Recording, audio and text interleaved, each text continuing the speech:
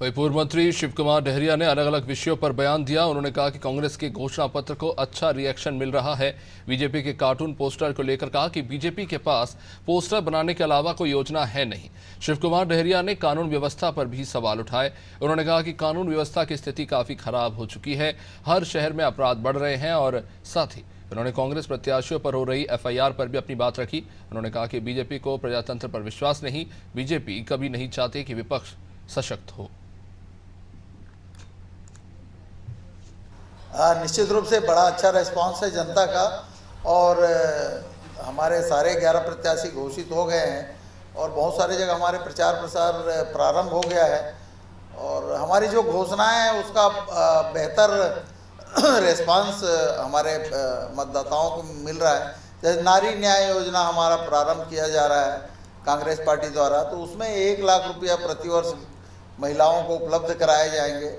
वैसे युवाओं को रोजगार देने का है और रोजगार नहीं मिला तो उनको 1 लाख रुपया राशि उनको भी उपलब्ध कराया जाएगा। तो बहुत सारी योजनाएं हैं कांग्रेस की जिसका आज अच्छा प्रतिसाद लोगों के बीच में है और हमारे सारे कैंडिडेट्स अच्छे चुने गए हैं जिसका लाभ सीधे हमको लोकसभा चुनाव मिलेगा और कांग्रेस पार्टी सभी जगह जीत के आएगी। देखिए, भारतीय जनता पार्टी के पास ये पोस्टर बनाने के अलावा कोई योजना है, मुद्दा है तो बता दें।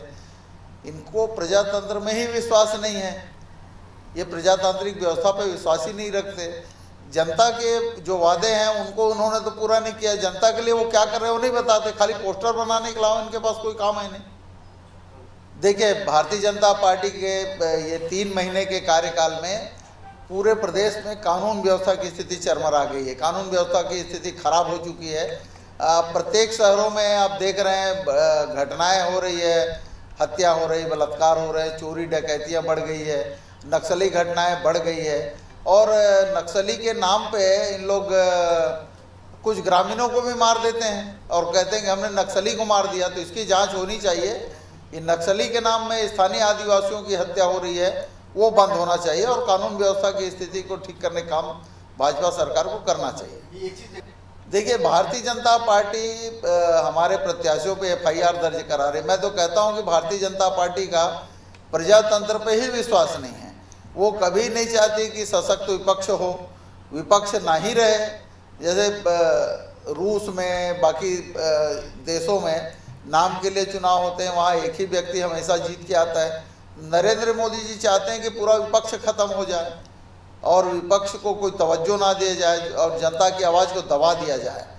तो इस तरह की हरकतें कर रहे हैं। निश्चित रूप से जनता उसका जवाब इस चुनाव में देगी।